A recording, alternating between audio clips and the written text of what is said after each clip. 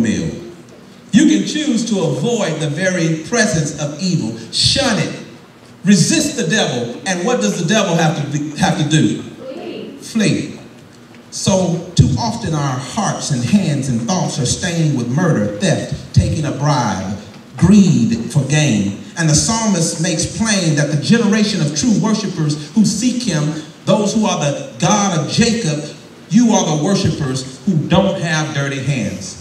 My mind is not on stuff that's evil like that, Mike. Well, let me take a poll. Any married people in the house? You ever thought about murder? Yeah, I see, yeah. Yeah, you made a vow at the altar, till death do us part. You've been sharpening knives ever since. If he come in here one more time, late, I'm gonna take matters, Jesus, in my own hands. Come on, tell the truth. Married folk, have you ever rolled over and just went, they still here. You didn't do it, you know, with your hands, but in your thought life, you were thinking of ways to take care of a few things.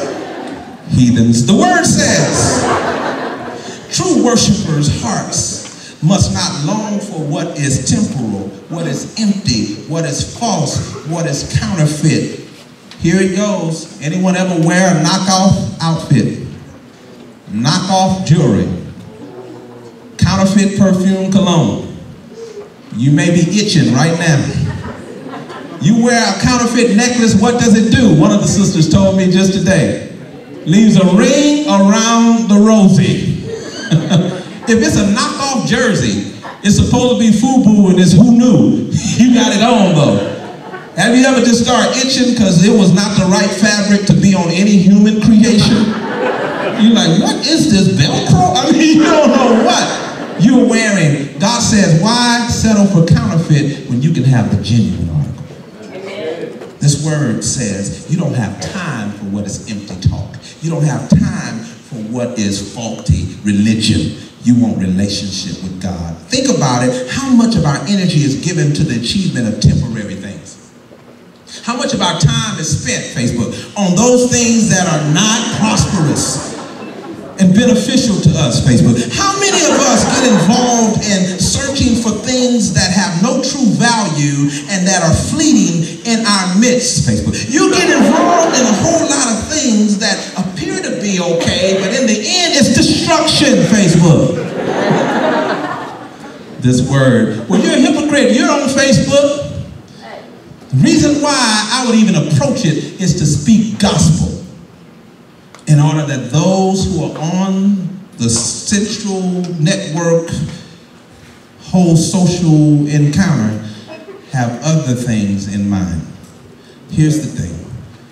We fail to embrace the great test of longevity by settling for less than God's best. So those are 5 things that you need. Should I repeat them? You need to have conduct that is pure. Don't cheat, don't seduce. It's hard, Mike. How am I going to find somebody if I don't show them all of what I got? You show them the Jesus in you, and then you will attract the right somebody. I'll never forget, I was preaching at camp, and there was a Muslim kid they invited to the camp. So whenever we would say Jesus, he'd storm out the door. But on one of the nights, the band like Freely was just bringing it. And he was even rocking to the music, Muslim as he was, Orthodox even. And in the midst of that, there was this drop-dead gorgeous young girl with hands lifted in the air. And she was singing the praises of Zion. And this guy got closer and closer because she was just, Lord, I lift your name on high. I mean, her mouth was open. And when she opened her eyes, Tutu was looking in her mouth. Scared the living daylights out of her. Her worship was so genuine and pure. When she opened her eyes, he was just, ah! When you pursue God and seek first the kingdom and all of his righteousness, everything you need, not want, everything you need, not fleshly craving, everything you need will be added unto you. Somebody in the room ought to get excited about conduct pure, worship faithful, hands clean, heart right, and eyes wide shut. Somebody still got them open. Shut them. Because some of the stuff you don't need to look at, that becomes temptation too much for you to bear. And God gives everyone an avenue of escape from the temptation that is all about you. So with those 5 things, can I give you 3 more right quick? You want to repeat it? You need to have a conduct that is pure. You need to have what? Worship that's faithful. And then what? Hands that are clean, a heart that is right, and what else? Eyes wide shut. You got them? We're waiting. Dun, dun, dun, dun, dun, dun, dun. Oh, I'm sorry. Eyes wide shut. I had a flashback to the hood. Here you go. 3 things that become steps to apply to flawless character. And these will be simple enough for you to re-preach it when we leave this setting. And I want you to do that. I want you to do better than I could ever fathom doing from a platform like this. The 3 things Psalm 24 says to us, when you look closely at who can ascend the hill, who can go on the mountain of the Lord. Clean hands, pure heart, soul not lifted to another. What does that mean for you, Mike? For me, I had to water it down so I could receive it. Not watering down the word that is not potent, but making it something that this brother, who's not as academically prowess as you are, can receive. And the thing that I found in 5 characteristics comes 3 action steps. Number 1, walk straight. Say it. Walk straight. Number 2, act right. Act right. Number 3, tell the truth. Tell the truth. Now break it down, Mike. Here I go. When you walk in a blameless way that is straight, you paint a picture of a pattern of life that glorifies God. It is conduct that is complete, sincere, and perfect. I said perfect. Huh? Who can be perfect? Here's what it means. Mature. So look at somebody who will receive this word and say, grow up. Grow up. That's what Psalm 24 is saying. But I'm a kid. I'm a 7th grade freckle-faced guy. You don't have to act like you're 2. Grow. You had to get up in order to receive the love and give the love. Now God is saying mature. Perfect are those whom I want a part of my team. Grow up. Stop acting juvenile. Stop being an irritation when you should be an edification to those around you. Grow up. Act like you are of age to receive what God is saying. How? By walking straight. You need to be on the straight pathway. And a great way for you to realize this is to walk according to the word. If the sign says don't cross the grass, what will a rebel do? You show me your hands, rebels. Yeah, see, y'all needed to be here this week. Yeah. Why? It's a shortcut. But what you don't see is the fine print on the sign. If you walk, you may have cotton mouth. You may have shortness of breath. And there's a ditch on the lawn. You know that fine print. You need to know God has his word, and this is for you to protect you from you.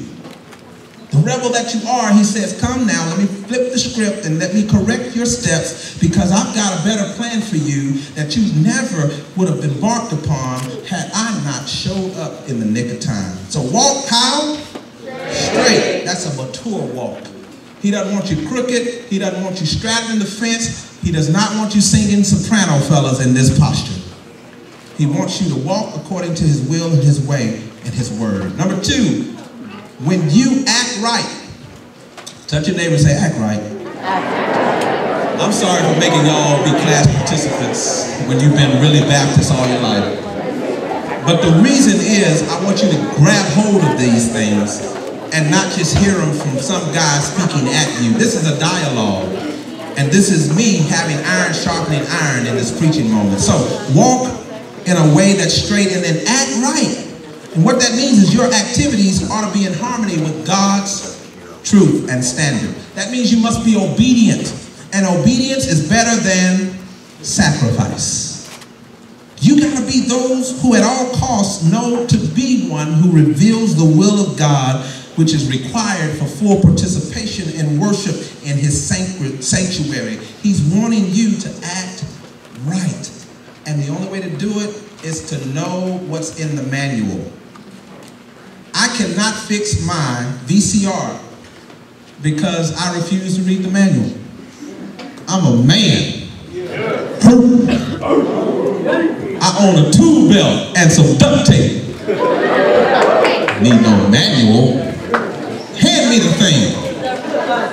And when 72 bolts and screws are missing out of the thing you hand me, you will have to call the manufacturer to figure out how to fix what I messed up more than what was before I tried to assemble it. Can I get an amen? Y'all ain't right. Y'all should not have judged me like that. Just my wife does that good enough. God wants you to read the manual, and you'll know how your life ought to correctly be living for His glory. And then last, you need to tell the truth. David places emphasis on the core of a man who is a man of God, who watches his speech. A friend of the king sets a watch on the doors of his lips.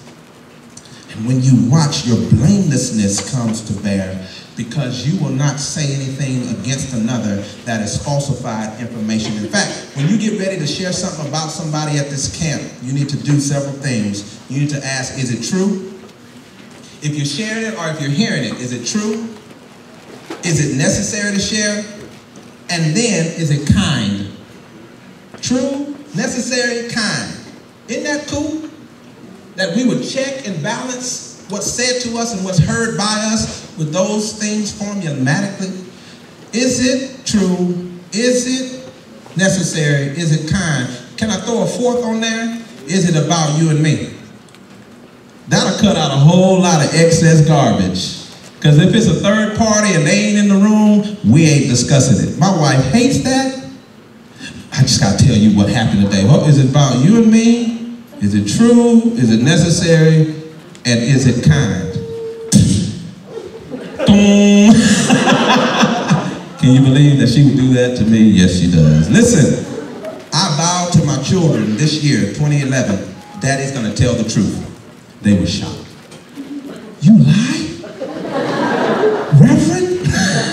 It's like, yeah, every now and then I'll stress the truth. How many were there? 5,000, and there were 500.